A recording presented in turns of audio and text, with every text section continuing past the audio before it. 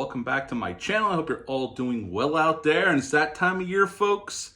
I know we just talked about Rawhead Rex, an Irish set horror film. We're going to talk about another one right now for St. Patty's Day. I got the green light going, and we're ready to pick up a 4-leaf clover. But before we do that, do me a favor, like, comment, and subscribe.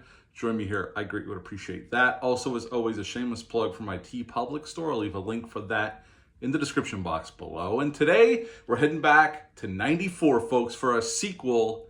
Oh yes, a sequel to Leprechaun. We're going to talk about Leprechaun 2 today. I got this 4-pack from Lionsgate with Leprechaun 1 through 4. I know they made more past that.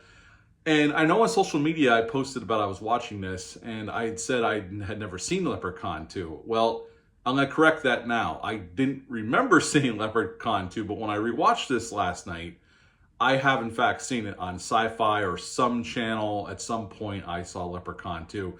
And not that I remember the whole movie, but there was parts of the movie I remember vividly watching at some point. So yes, I have seen this. I just don't remember most of it. But yeah, I've seen Leprechaun 2 a very, very long time ago, back in the 90s, I'm sure. This film came out a year after the original. This came out April 8th of 1994. It's rated R. It's an hour and 25 minutes long.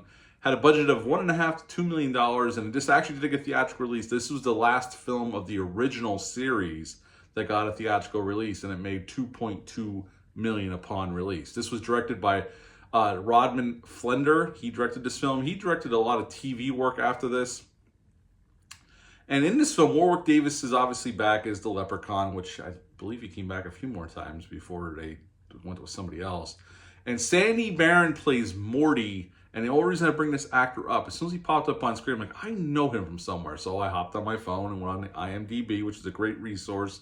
And he was on Seinfeld as Jack Klumpus on Seinfeld. I knew he looked familiar. He was in other films as well, and other stuff. He was in Vamp, if you've ever seen Vamp, that vampire comedy from the 80s. He was in that film as well, but he was very recognizable as soon as he popped up and started talking. I knew I'd seen him from somewhere. Now, their plan was to bring Jennifer Aniston's character back. They actually even approached Jennifer Aniston to come back. They offered her $25,000, and she turned them down because by this point, she was on a little show called Friends, and obviously she didn't come back. So they rejigged the story, they rewrote the script, and they basically made this movie is basically about the leprechaun trying to find his bride. And right in the beginning of the film, it opens up in Ireland, although they shot all this in California.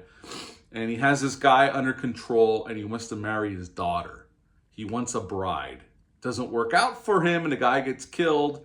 Fast forward to present day, or 1994, and this long-lost relative of that same girl from back then, 1,000 years ago. They say 1,000 years ago, but in the first film was 500 years ago. The timelines don't even mention any of the stuff that happened in the first film at all. So this is a sequel, but it's pretty much its own film because they don't even reference anything that happened in the first film at all. The Leprechaun gets released. He's fixated on this girl who has a boyfriend, and pretty much he's just trying to make her his bride.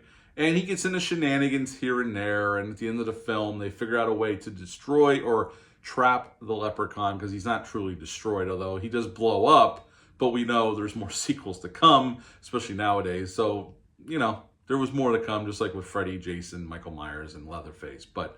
And that's the end of Leprechaun 2. So what to like about this film? Well, Warwick Davis is still entertaining. The makeup on him still looks good. I mean, you can tell this is a lower budgeted production. The production design is not the greatest. They did shoot this in California.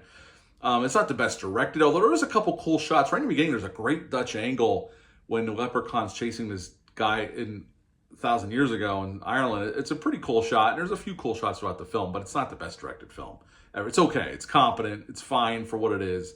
The effects are fine for the most part. There's only 5 people get killed in this film, and that's one of the drawbacks. We'll get to that. And there's a cool one where this guy who likes the girl that Leprechaun's fixated on, it's not her boyfriend, this other guy. The Leprechaun makes him think that he's gonna get lucky with this young lady, and he reaches in to kiss her chest, and it's really this lawnmower blade going, and he ends up getting killed and blood splatters everywhere. That's pretty cool. And then there's one where a guy gets steamed to the face, who was actually that actor in this bar who's telling Leprechaun he has to go because he's closing up, is actually the same actor who played Little John in Halloween Kills. He's been in a ton of stuff, but as soon as he popped up, I'm like, that's Little John from Halloween Kills, and sure enough, it was. On the negative side, I mean, there's not enough kills here to make this completely entertaining. This movie does slog, even in an hour 25 minutes long. There's a lot of meandering and just stuff that doesn't even need to be here. We go back to locations just to have a conversation. It doesn't really forward the plot at all. And the plot's pretty much bare minimum anyway, but I think it would have been more entertaining if there was more kills. There's just not enough here, and the movie suffers for it greatly because there's not enough story here to sustain the runtime.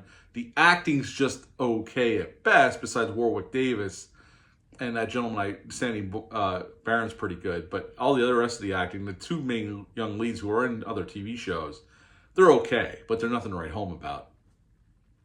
So that's definitely a negative. There's not enough kills. There's not enough action going on. It's, some of the set design's pretty good. I mean, the layer of the Leprechaun underground is okay. It looks pretty cool. I mean, they did have $1.5 to $2 million budget. They had more than the first film, but this is pretty much on par with the first film. This isn't going to knock your socks off. There's some cheesy good time just because of Warwick Davis's character, the Leprechaun. Well, other than that, everything else is just like, it's okay. It's a movie that got a theatrical release. Everything went after this one direct to video, except for I think the last one they made, which I've never seen. I think that got a small theatrical release. Now, this is the only Leprechaun film to actually take place on St. Paddy's Day, at least out of the original movies.